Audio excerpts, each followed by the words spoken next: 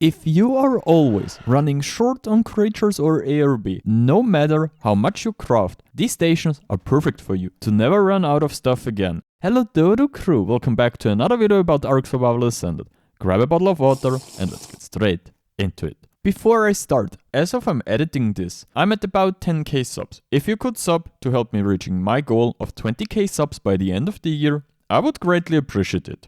If you don't feel like building all these stations on your own, I've created several blueprints for the template tool from this video and made them available to my Ko-fi and YouTube members. Just click the Ko-fi link in the description or scan the QR code to access the blueprints.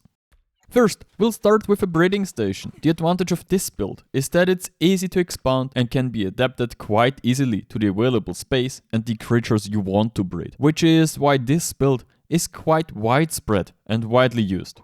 I didn't come up with this build myself, and if you're looking for it, there are plenty of videos on YouTube. Just search for ARK Breeding Station Build Guide. In my opinion, this build is one of the most efficient. But unfortunately, it's often explained very poorly, or not at all. And the most videos are a bit older from ASE, so I'm making a new one for ASA. I will show all these steps in the video too, so don't worry. If something goes too fast, just turn down the speed and you'll be fine. First of all, you need to arrange the foundations in a rectangle, requiring 9 foundations in length and 11 foundations in width. The 2 legs of the foundation are 2 foundations wide, and the upper part is 1 foundation thick. Next, build 6 pillars in the center of the back of the foundations, making sure to place the pillar in the center of the foundation, so that snapping and foundation support align properly later. The height of the breeding station can be adjusted with the pillars. It just needs to be at least 2 tall, so you can park at least 1 row of creatures. And then, depending on the size of the creatures, you need to build 2 pillars high or 4 pillars high, so they'll fit into the station.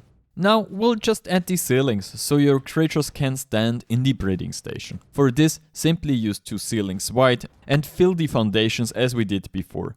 At the inner end, attach a ramp, so the eggs roll down. Honestly, that was the hardest part. Now you can use door frames to align your creatures more easily and make everything look a bit cleaner. You can place these either in the middle of the ceilings or on the ramps. The only important thing is that the eggs land on the ramps, so they roll down later.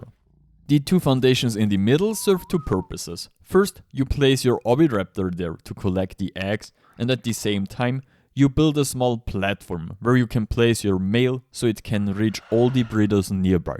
So, you have to be careful though, because some creatures have different ranges for how far the breeding extends.